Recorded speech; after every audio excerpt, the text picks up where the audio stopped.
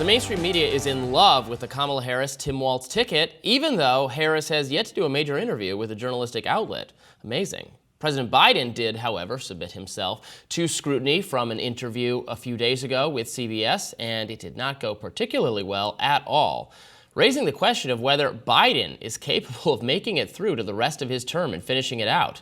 In a recent column for The Hill, Steve Krakauer wonders if this year's October surprise would in fact be Biden dropping out of the presidency and clearing the way for President Harris a bit early. Steve Krakauer, producer of The Megyn Kelly Show, News Nation contributor, and Hill columnist, joins us now. Hey, thanks for having me.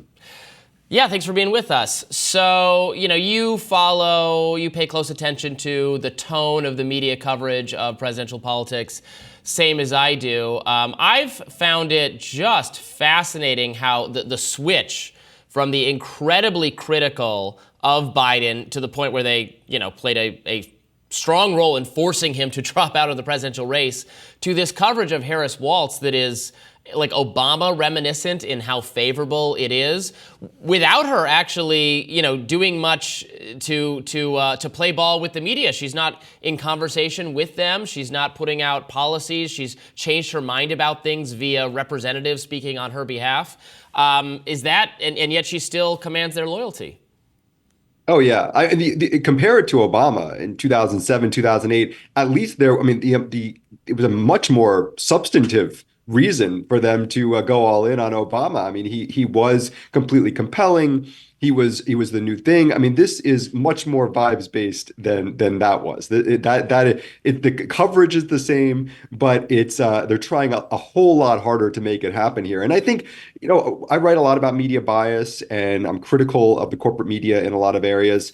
And a lot of times it's very subtle. The things that are going on. I think you mentioned that Biden interview with CBS. I think that's a really interesting case of subtle media bias that we see. This is the way they have covered the Democratic side of the ticket during let's say the last 2 months has been one of the more blatant, not subtle at all, versions of media bias that we've seen. I mean, they were telling us that Biden is the best Biden ever, all the way up until that debate at the end of June. And then from that debate for about the next 4 weeks, it was a complete pressure campaign used with reputational blackmail, both from the Pelosi side of the political establishment and the media themselves, to push Joe Biden out of the race because they believed he could not win. So that was a huge switch. And then now they've installed Kamala Harris, anointed her to the top of the ticket, and it is pure, just fawning, ridiculous, over-the-top coverage that I will say we're just starting to see cracks a little bit. I think the media is starting to feel a little bit like, hey, maybe sit with us for an interview. We'll be easy on you. And they still refuse to do it. She said, oh, maybe the end of the month. There's reports that maybe it'll be after Labor Day. I mean, this is completely absurd. But so far, they've gone completely all in on Kamala Harris, all in the service of making sure that Donald Trump does not get a second term. Speaking of Joe Biden, I thought his, performance in that interview he did with CBS was real bad. Maybe, by the standards he'd set recently, it was not some kind of new low is maybe the best thing you could say about it. I read your column you wrote for The Hill. Do you think he makes it through the rest of this presidency? He's only got a couple of months to go. But the decline he has suffered, I think really in the last 6 months is when it kicked into high gear. And it's sad to talk about. We've all had elderly people in our lives kind of round this corner, and it's not, I frankly feel bad, even though I don't agree with any of his policies and don't really appreciate his presidency. I feel bad for him, and it's hard to watch someone go through this while still be in a position to have the most important job on planet Earth and be expected to perform it at this time of economic crisis and foreign policy crises and all of that. Can he make it? Yeah, it's sad for Biden. It's sad for the country, honestly. And I think that the truth of it is that Joe Biden has had suffered a massive cognitive decline over the course of years. And I'm not so sure there's anything really significantly, substantively different now than there was 2 months ago or 6 months ago. I think that this is who he is now. And the question is, I think of what happens next, which I lay out in the column in The Hill, is really how he's going to be used. He is essentially being used by the political establishment on the left.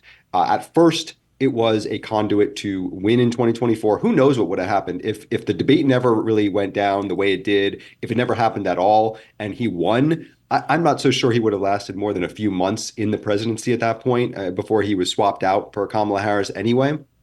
But then after that, he was used to be pushed aside. Okay, you can stay as president, but Kamala will be running now in 2024. And yes, as I lay out, I believe that there is absolutely a scenario where if it continues to be close, and there's been a huge wave, and Kamala Harris has gotten a huge amount of momentum, but this is a very close election still. In the key swing states, Pennsylvania, Arizona, Georgia, that are going to really determine what happens in November. This is neck and neck. And so if it's continuing down that path, wait until after September 10th at the debate, because I think that if Kamala is a little bit shaky there, if Trump performs well like he did in that first debate with Biden, I think you're going to see calls for Kamala Harris to be installed as the president, to run as the incumbent in October, leading into November. Let her have a mini crisis, whether manufactured or real, to show that she is strong and powerful and is up for the job, and Biden just gets pushed aside. I think that's a very real possibility here, and I think that's a shoe that is still yet to drop in this crazy chaotic year that I think is a very real possibility that we might be faced with. I mean, it would be entirely characteristic of Kamala Harris's rise for her to just, yes, be installed as president that way. She was installed as the candidate via that means. The Democratic elite, donors, media people picked her. And so she was able to completely avoid the primary process, doing debates with other Democrats, maybe to her advantage, frankly. There's something to this where she's not had to alienate any part of the progressive coalition, even though I suspect her policies on, for instance, Israel are going to prove just as divisive to young left-leaning people as her boss, Joe Biden. I mean, she's part of the administration who's done it. Is she going to break from them? I don't expect it. But she hasn't had to say anything about it. We don't know what version of her is even running or what her policies are. And she's been allowed to get away with that.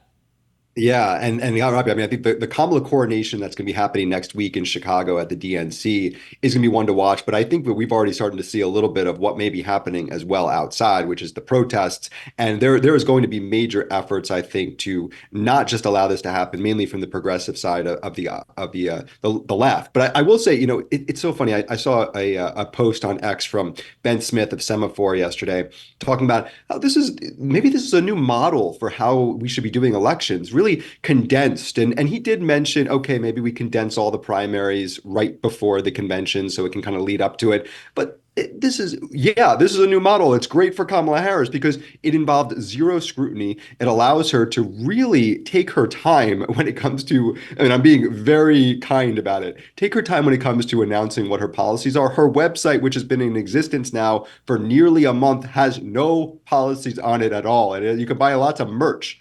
You can buy the camo hat, but you can't find out what she actually believes on things. We're just going to start to learn about that maybe tomorrow and certainly during the convention. But yeah, this is a way for a candidate to escape scrutiny, both from her own side and from the media. And as of now, we have not seen a lot of media pushback to this idea at all. They've been right along for the ride. Tune in this weekend to catch the rest of my interview with Steve Krakauer. Thanks for joining us. Thanks.